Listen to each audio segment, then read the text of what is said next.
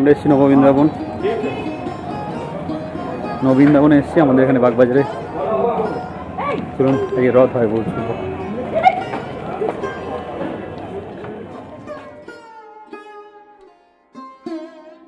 শুভ রথযাত্রা বন্ধুরা। আমরা এসে গেছিলাম নববৃন্দাবনে, উত্তর কলকাতার বাগবাজারে, যেটি অবস্থিত রাধা মাধবের মন্দির। সেই নববৃন্দাবনে রথের পর্ব চলছে। আজকে রথযাত্রা, তো রথযাত্রায় রথ টানা হয়ে গেছে। আমরা একটু দেরি করে এসেছিলাম। তো এটি হচ্ছে রথ কাঠের। বহু ভক্ত আসে এখানে রাধা মাধবের মন্দির দর্শন করতে। চলুন দেখাই আপনাদেরকে রাধা মাধবের মন্দির।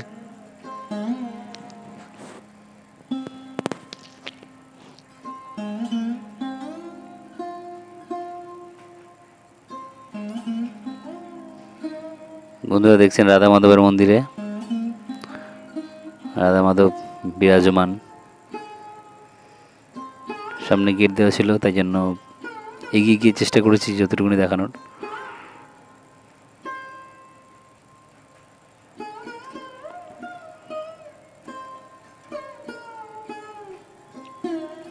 ভালোবেসে বলুন রাধে রাধে, হরে কৃষ্ণা।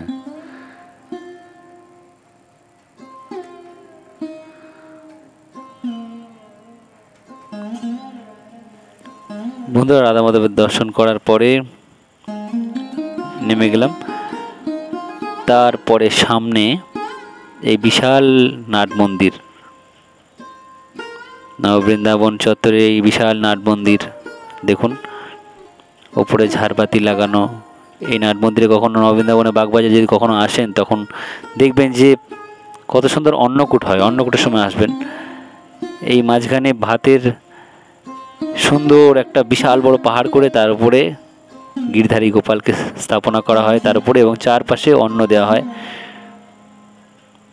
এই পেছনে কালো কালো সাদা কালো ব্লকগুলো দেখছেন, সব ব্লকের উপর একটা করে অন্নর থালা রেখে পুরো সাজানো হয়। তো আমরা চলে এলাম বাইরে।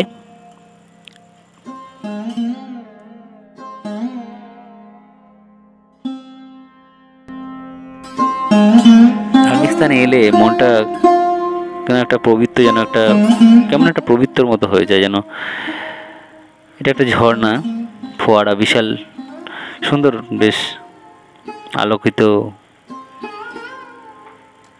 রঙিন আলো দিয়ে সাজানো। এটি হচ্ছে মন্দিরটি।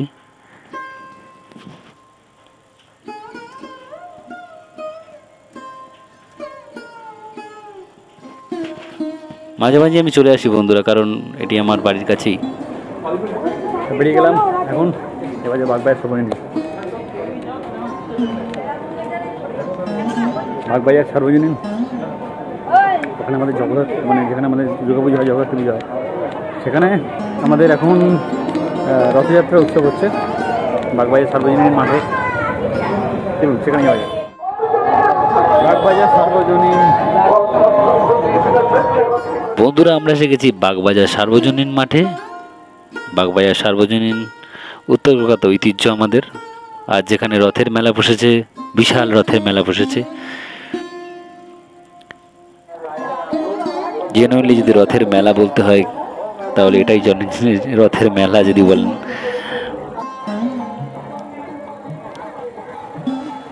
আস্তে আস্তে আমরা উঠছি জগন্নাথ দেবের মন্দিরের দিকে। এখানে জগন্নাথ দেবের মন্দির স্থাপনা করা হয়েছে।